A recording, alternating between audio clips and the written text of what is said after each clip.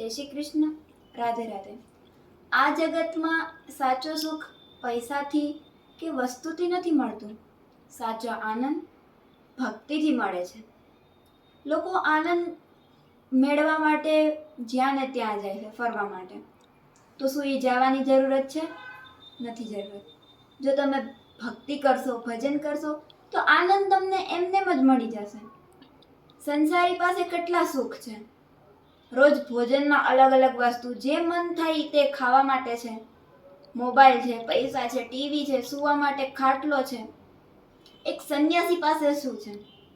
એક સંત પાસે શું છે? કાંઈ નથી. એક કુટિયા છે અને તે ભોજન કરવા માટે પણ અલગ અલગ ઘરે જઈને ભિક્ષા માંગે છે. તો પણ એ એટલો ખુશ કેમ રહે છે? ખબર છે? કેમ કે તેને ભગવાનને પ્રાપ્ત કરી લીધા છે. એ ભક્તિ કરે છે, ભજન કરે છે. જો તમે ભક્તિ કરશો, ભજન કરશો, તો તમે પણ આનંદમાં જ રહેશો. ઉદાહરણ લઈએ તો આપણે જેમ કે મોબાઈલમાં નેટવર્ક ન હોય તો તે કંઈ કામ નથી કરતું. તેમજ જિંદગીમાં ભગવાન સાથે કનેક્શન ન હોય તો જિંદગી કંઈ કામની નહીં. તમારે કનેક્શન બનાવવું જ હોય તો ભગવાન સાથે બનાવો. આ સંસારીઓ સાથે બનાવીને શું?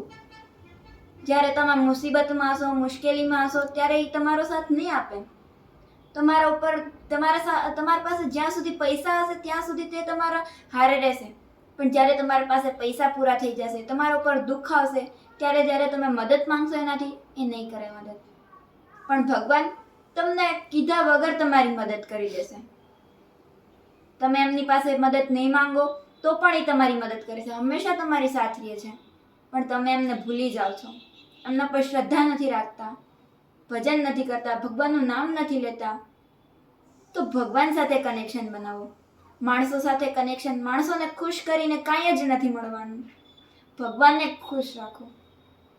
ભગવાનને ખુશ રાખશો તો તમને બધું જ મળી જશે. પણ આ દુનિયાને ખુશ કરવાથી કાંઈ જ નહીં થાય તમારું.